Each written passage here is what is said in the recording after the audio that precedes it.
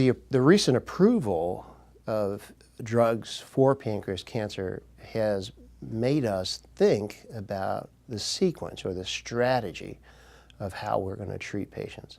So recently, Onivide MM398 was approved. Again, that's the nanoparticle liposomal irinotecan.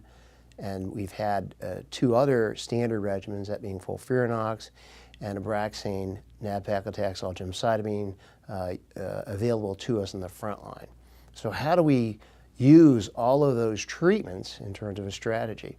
Logically, it does make sense to use the gemcitabine-based treatment with the nab-paclitaxel up front.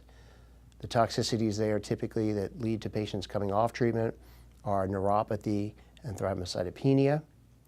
And then you would proceed to a second-line treatment, typically Onivide, MM398. The regimen is combined with 5-FU. There is no bolus 5-FU. There's leucovorin also given. And the side effects do not include neuropathy or thrombocytopenia. You do experience what we've all are used to managing, diarrhea and neutropenia.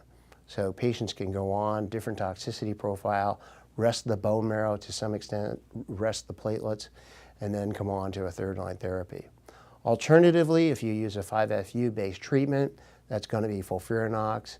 Neuropathy is encountered with oxaliplatin that is not necessarily reversible. FOLFIRINOX has irinotecan in the regimen. It doesn't make a lot of sense then to go on to Onivide. It does not make sense to go on to MM398. And so you really are going to go to a gemcitabine-based treatment, typically gemcitabine Abraxane, which may be challenging for patients in the second line, especially if they've encountered neuropathy with the FOLFIRINOX in the front line.